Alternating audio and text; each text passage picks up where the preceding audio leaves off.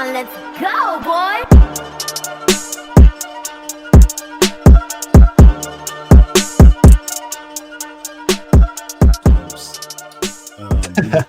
What is going on, ladies and gentlemen? We're back, 3BG at the movies, and we're talking about Beetlejuice Goes Hawaiian, aka Beetlejuice Beetlejuice, aka Beetlejuice 2, aka No, Beetlejuice. I don't know, man. No, this movie no, has so many no. titles leading up for the sequel. No, I got it. Beetlejuice Dose. Those Beetlejuice. No, I was just gonna call it like Beetlejuice 2, Supernatural Boogaloo. Yeah, much like Top Gun Maverick, Beetlejuice 2 comes to us many years after the original film, and decades later. And at least me personally thought it was fine. I thought it was fine. I wasn't like, Beetlejuice is one of those movies that I love the first movie, but I'm not like a hardcore fan of it like a lot of people are and stuff. So, but I still enjoy the movie because Michael Keaton made that movie like hilarious and such. So when they was like, "Oh, we're doing the second one," I was like, "Okay, like cool, I guess." And the movie itself, I say it's fine because, like I said, there's certain elements of it that I thought they were going to do more of, and they don't. And I'm not mad at it, but it was just like Monica Bellucci. She plays the main villain of the movie, but she didn't feel like the main villain of this movie. There was a lot going on in this movie, I can tell you that. Yeah, it's like there was like for as much as I enjoy it, like for me, for example, I am a fan of Beetlejuice. You know, I love the first movie. Hell, I used to watch the cartoons religiously as a kid. Yeah, I love the cartoon. I love the cartoons because the cartoon spun off of the end of the first movie, right? Yeah, it just spun off. Yeah, it's a spinoff of the first movie. Hell, the only movie at that time. Yeah, but I enjoyed it for what it was, and despite the fact that the cartoon is vastly, and we're talking night and day different from the movies. Yeah, because and even to this day, it's that's still the case where the movies are the movies and the cartoon is still the cartoon. Like, I personally would have liked to have seen in this movie at least some kind of connection to the cartoon. I assumed it was because of the relationship between Lydia and Beetlejuice in this movie, because it gave off like, well, what I mean by that is like their conversation when this isn't a spoiler because obviously the trailer showed it, but like they had a conversation in the movie and it gave off like, so like obviously you've been seeing him because the whole crux of this movie is that Lydia is now like, she basically has her own sort of like ghost show and she sees visions of Beetlejuice still. She can still see ghosts and all those things. And she still sees Beetlejuice, and then we kind of get the whole thing of what's Beetlejuice been up to down, in the afterlife. And correction. She actually didn't. She started seeing random ghosts, but she didn't start seeing Beetlejuice until recently. Yeah. So it was one of those situations where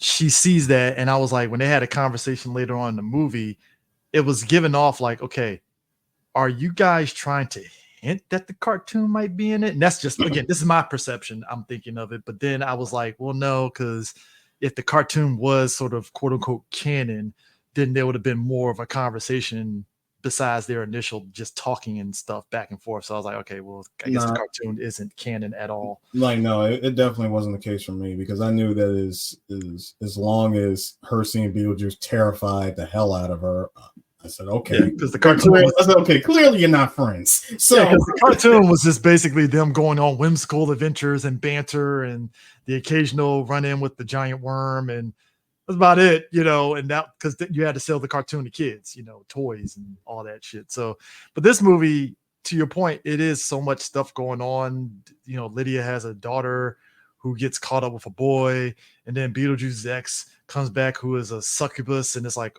okay, so is she the main bad guy? I'm kind of confused here. Is Beetlejuice the villain? Sure, I guess.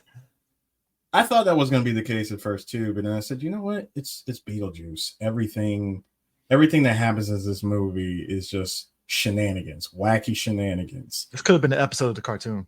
If you think about it, in a way, it is. It's almost. almost.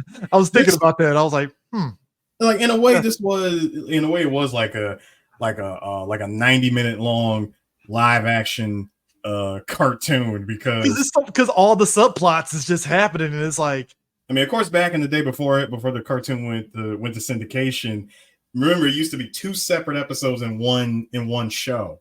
You know, like you get was it episode A and episode B, and then I want to say towards season 2, that's when they decided to just make full-length episodes, and that's what this felt like a whole episode. As a as a matter of fact, the part where Beetlejuice needed Lydia's help, that was a callback to one of the cartoons. That's why it was a callback to an episode in the old cartoon. And that's why I felt like this had some callbacks to not just the movie, but aspects of the cartoon in some way. Because I was expecting this movie to kind of like lean in heavy on like what the cartoon was doing, of just like, oh, Lydia and Beetlejuice have whimsical adventures. Cool, I guess. Sure, I'm fine with that, But like I said, I think with all the subplots this movie was going for, it was just like by the time it gets to its end, it's like, okay, that happened, and you just kind of move on with it and stuff. And it just, I guess for me, it was just a build up for, like I said, Monica Bellucci as Beetlejuice's ex Dolores. It didn't really feel like it went anywhere like I was thinking it was. It was just kind of like, oh, that happened, and that's it. And even with Lydia's daughter, fucking Astrid, her little subplot with the boyfriend, I was like, okay, so that's a thing that happened too. That happened. Cool. So what was this intricacy again?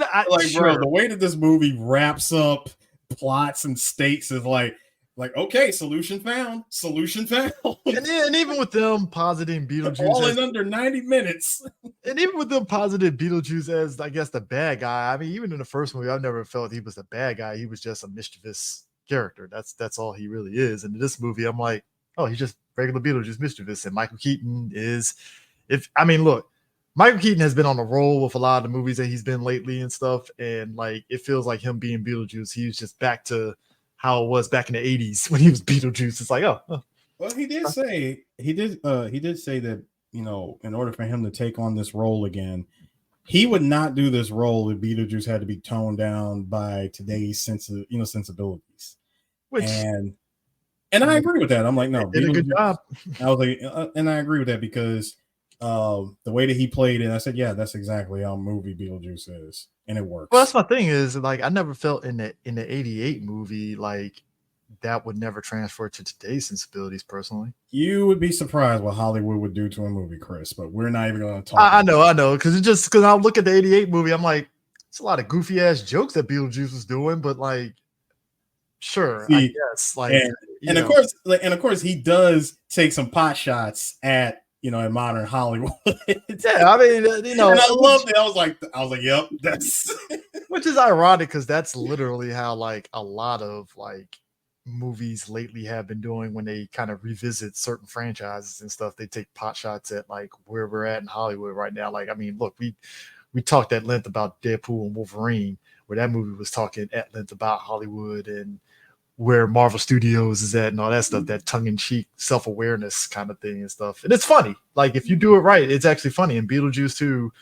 to his credit, it does it right. Funny enough, special effects in this movie is good. There was a couple of dodgy moments. I don't know if you picked up on it. I think there was a scene with Lydia where they're in front of the model house and they had just came back from seeing Beetlejuice the first time, and it got a little dodgy on her face. I was like, okay, am I tripping? Like, was there a special effect on that, or am I like, it was a couple, I would say at least 2-3 moments where it got a little dodgy. It wasn't nothing that took me out, but it was like, hold on, something's off here. I gotta see it again. I know the part you're talking about, the part where everything was like spinning around and all. Yeah, that's why I was like, maybe I'm tripping in that. Yeah. So, it got a little dodgy, but I think for the most part, the majority of the special effects works and stuff, especially with Beetlejuice and his transformation and all the switching around they do, and even a lot of practical effects, especially with Dolores' character, because she's got chopped up to pieces and she's like putting herself together. I actually love that scene. It's a dope little scene in the film and stuff. That's very different. Like they kept the practical effects in this movie, which is what Tim Burton wanted. Yeah, I mean, because Tim Burton has never been really like wholly 100% visual effects. Like he's like, hey, I'll throw in some practical effects before I hit the visual stuff. So I mean, I think the one time he tried to keep everything as practical as possible. Yeah, I think Alice in Wonderland was like the one movie that he really went like all out on the visual effects, and it's like, some of it was good, some of it was iffy. Mm-hmm. Especially the Willy Wonka movie. I'm like, a little questionable on that one. Again, we ain't gonna talk about that. But yeah, Jenny Ortega playing, Lydia's daughter fits. I mean, if you've seen Wednesday, you pretty much know the vibes with Jenny Ortega and what she can bring to the role. I enjoy Catherine O'Hara as Delia. She was great. Yeah, Delia, you forget, like, that's a character that, again, Catherine O'Hara did a good job of just carrying over her shenanigans from the first movie. It's like she never left. Her husband, forgot his name. Charles. Obviously the actor is dead in real life, but like they did a really smart thing in this film on bringing his character back in a way that I thought was actually funny. Yeah, I thought they were gonna do some shit because most movies when an actor dies in real life, they find ways of like, oh, they just left and that's it. And the way this movie explains, the actor that was Jeffrey Jones. He's still alive, but I thought Jeffrey Jones died. No, he's still alive. He is you haven't seen his latest mugshot. Oh, okay. There's a reason why he's not in the movie. I swear I thought Jeffrey Jones died. I swear to God, I thought he was dead. Mm-mm. Wow. Okay. I feel stupid, folks, so ignore that. But yeah, Jones basically being in the position that he's in. The movie did a good job of really kind of doing something good with this character of Charles. I swear to God, I thought Jeffrey Jones died. I really feel stupid. Sir. No, sir. Well, that explains a lot. I'm just gonna say there is a real big reason as to why he's not in this movie. I'll just say he went very Florida man on that. Oh yeah, extremely Florida man. So you got that William Defoe's in this movie being fucking William Defoe. God bless him. William Defoe was probably my second favorite thing in this movie. Shout out to Danny DeVito. He has an appearance in this movie, which is funny. Yeah, the cameo, unexpected funny. Very, very unexpected cameo for one thing. Yeah, I wasn't even expecting to see him. Yeah, so you got that. Justin Theroux playing Rory, who is Lydia's, I guess, new love husband and stuff. If you know Justin Theroux, he knows how to play very goofy, middling guys. So he was good for it and stuff. But like I said, everything overall was great. There were certain characters I wish that they brought back, and I know obviously some of those characters died, like the old lady from the first movie. I know she's dead. That was helping out Gina. Yeah, that was Gina Davis and Alec Baldwin's character, the Maitlands. Yeah. Which they're mentioned. They're mentioned. They're not in it, which that's an interesting choice that they're not in this film. But no, I mean it makes sense. I mean Alec Baldwin. Well, we all know what happened to Alec. Which makes sense as to why he wouldn't be in this movie. And that's for Gina Davis. Gina Davis. I would say in Gina Davis's case, she kind of took what homegirl who played the love interest in Top Gun said about coming back for the sequel. Like you do know that this is like 30 damn near 40 years ago. I don't look like that anymore. And yeah, it's just best that I don't, I sit this one out. I appreciate you calling me. In an era where you can, de-age and do different things, I think they could have swung it. No. We do not need another Irishman on our hands. No. You can put it this way. I feel you can do it right. I mean, we've seen it in Indiana Jones. We've seen it in some of the Marvel stuff. We even seen it in other stuff that wasn't the Irishman. You can do it. It just has to be done in a way like she's a ghost. So that's like a lot of visual effects you have to do for not only keeping her how she was in the 88 movie, but then you have to keep that up of her being a ghost. So yeah, you would, but I think Gina Davis was like, I'm all right. Yeah. So Hell, who else were you trying to bring back from the original movie?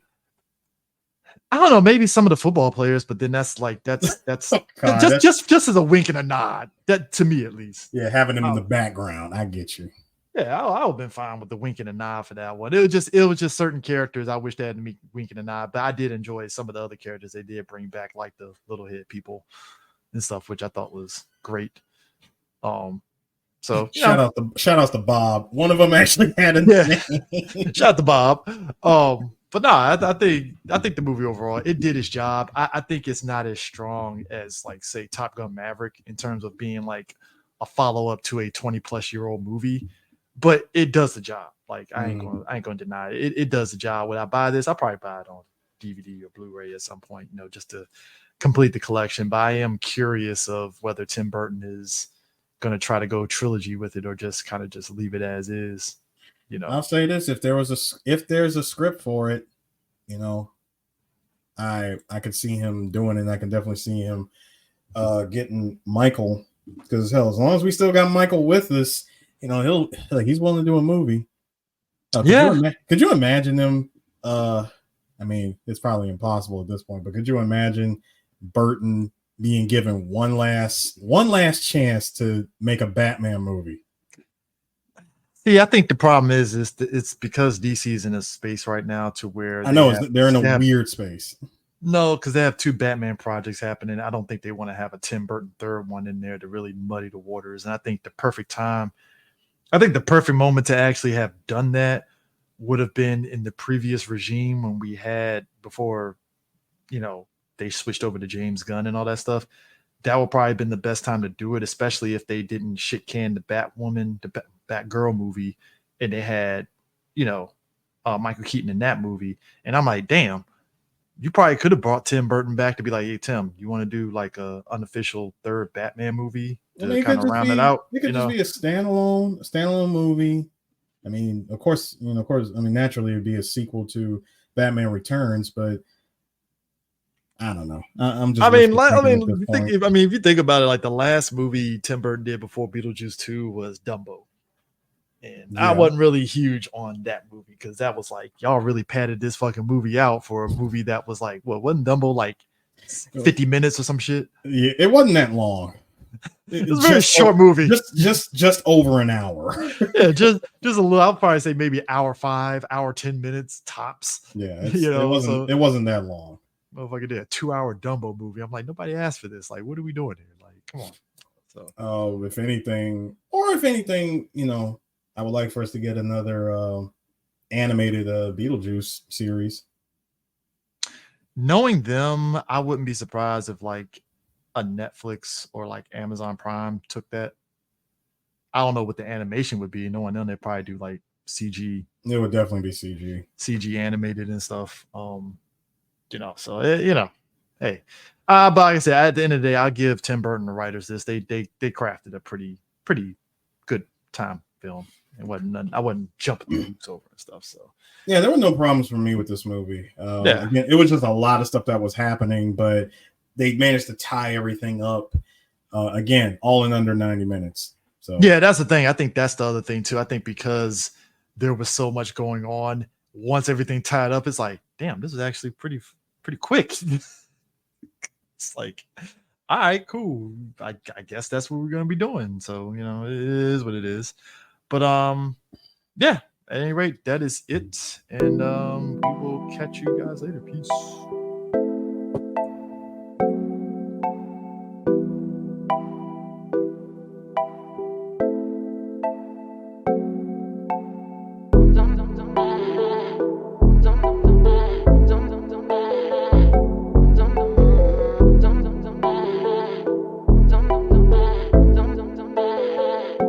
That boy is Benny Hanna.